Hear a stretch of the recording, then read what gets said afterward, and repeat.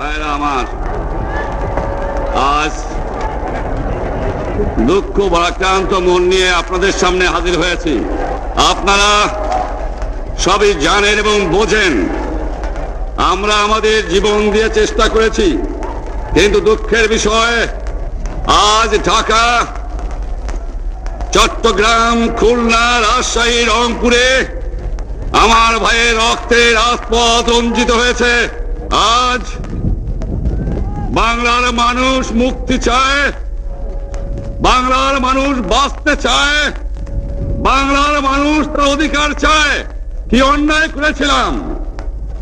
নির্বাচনের পরে বাংলাদেশের মানুষ সম্পূর্ণভাবে আমাকে, আওয়ামী লীগকে ভোট দেন। আমাদের ন্যাশনাল অ্যাসেম্বলি বসবে,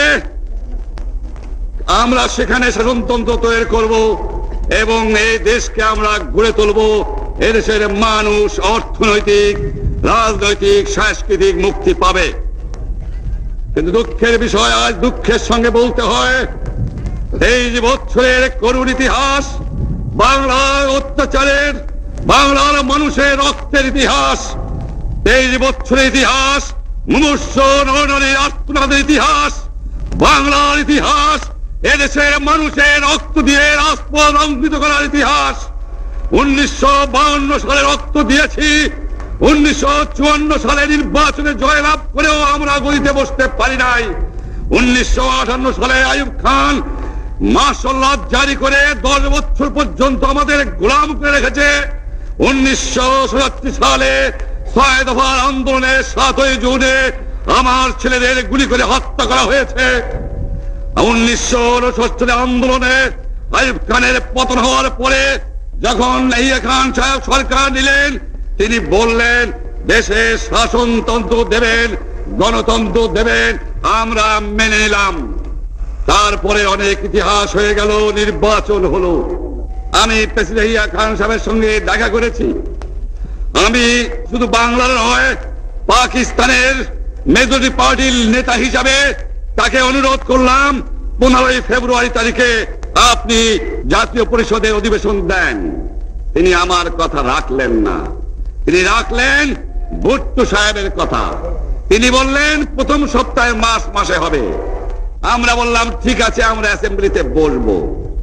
আমি বললাম অ্যাসেম্বলির মধ্যে আলোচনা করব। এমনকি আমি এ পর্যন্ত বললাম যদি কেউ ন্যায্য কথা বলে, আমরা সংখ্যায় বেশি হলেও একজন যদিও সে হয়, তার ন্যায্য কথা আমরা মেনে নেব। যারা ভুট্টো সাহেব এখানে এসেছিলেন, আলোচনা করলেন, বলে গেলেন যে আলোচনার দরজা বন্ধ না, আরো আলোচনা হবে। তারপরে অন্য নেতৃবৃন্দ তাদের সঙ্গে আলাপ করলাম, আপনারা আসুন, বসুন, আমরা আলাপ করে শাসনতন্ত্র তৈরি করি।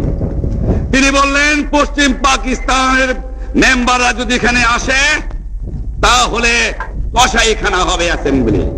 তিনি বললেন যে যাবে তাকে মেরে ফেলে দেওয়া হবে। যদি কেউ অ্যাসেম্বলিতে আসে তাহলে পেশোয়ার থেকে করাচি পর্যন্ত দোকান জোর করে বন্ধ করা হবে। আমি বললাম অ্যাসেম্বলি চলবে। তারপরে হঠাৎ 1 তারিখে অ্যাসেম্বলি বন্ধ করে দেওয়া হলো। ইয়াহিয়া খান সাহেব প্রেসিডেন্ট হিসাবে অ্যাসেম্বলি ডেকেছিলেন। আমি বললাম যে আমি যাব। ভুট্টো সাহেব বললেন তিনি যাবেন না। 35 জন সদস্য পশ্চিম পাকিস্তানের থেকে এখানে আসলেন। তারপরে হঠাৎ বন্ধ করে দেওয়া হলো। দোষ দেওয়া হলো বাংলার মানুষকে, দোষ দেওয়া হলো আমাকে।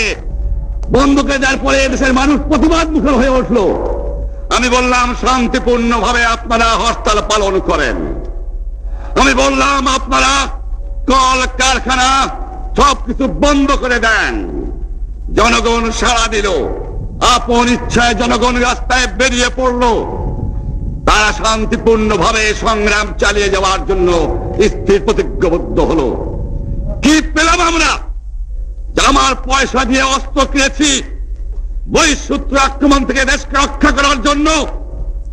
আজ সেই অস্ত্র ব্যবহার হচ্ছে আমার দেশের এক গরিব দুঃখী নিরস্ত মানুষের বিরুদ্ধে। তার বুকের উপরে হচ্ছে গুলি। আমরা পাকিস্তানের সংখ্যাগুরু, আমরা বাঙালিরা যখনই ক্ষমতায় যাওয়ার চেষ্টা করেছি তখনই তারা আমাদের উপরে ঝাঁপিয়ে পড়েছেন।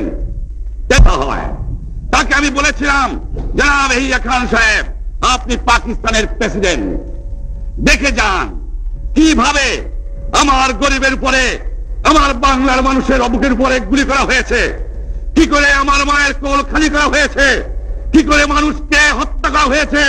আপনি আসুন, দেখুন, বিচার করুন।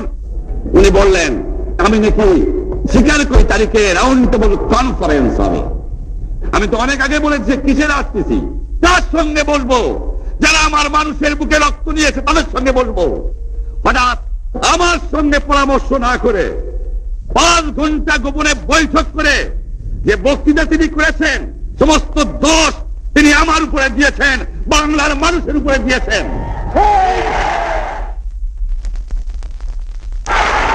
আমার 25 তারিখে অ্যাসেম্বলি কল করেছে, রক্তের দাগ শুকায় নাই। আমি 10 তারিখে বলে দিয়েছি যে ওই শহীদের রক্তের উপর দিয়ে পাড়া দিয়ে আরটিসিতে মুজিবুর রহমান যোগদান করতে পারে না। অ্যাসেম্বলি কল করেছেন, আমার দাবি মানতে হবে, প্রথম সামরিক আইন মার্শাল ল উড্র করতে হবে, সমস্ত সামরিক বাহিনীর লোকদের ব্যারাকে ফেরত দিতে হবে, যেভাবে হত্যা করা হয়েছে তার তদন্ত করতে হবে, আর জনগণের প্রতিনিধির কাছে ক্ষমতা হস্তান্তর করতে হবে।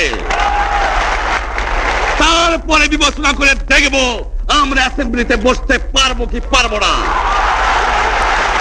এর পূর্বে অ্যাসেম্বলিতে বসতে আমরা পারি না। আমি প্রধানমন্ত্রিত্ব চাই না, আমরা দেশের মানুষের অধিকার চাই। আমি পরিষ্কার অক্ষরে বলে দেবার চাই যে আজ থেকে এই বাংলাদেশে কোর্ট কাছারি, আদালত, ফৌজদারি, শিক্ষা প্রতিষ্ঠান অনির্দিষ্টকালের জন্য বন্ধ থাকবে।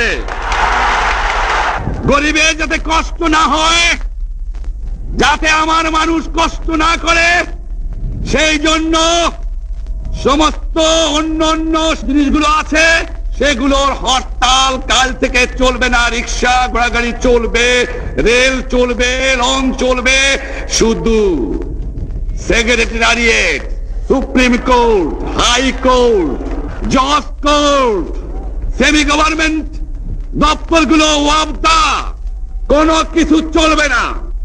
28 তারিখে কর্মচারীরা যে বেতন নিয়ে আসবেন, এরপরে যদি বেতন দেওয়া না হয়, আর যদি একটা গুলি চলে, আর যদি আমার লোকের উপর হত্যা করা হয়, তোমাদের উপর কাছে আমার অনুরোধ রইল, প্রত্যেক ঘরে ঘরে শুল্ক করে তোলো। তোমাদের যা কিছু আছে তাই নিয়ে শত্রুর মোকাবেলা করতে হবে, এবং জীবনের তরে রাস্তাঘাট যা যা আছে সবকিছু আমি যদি হুকুম দেবার নাও পারি, তোমরা বন্ধ করে দেবে।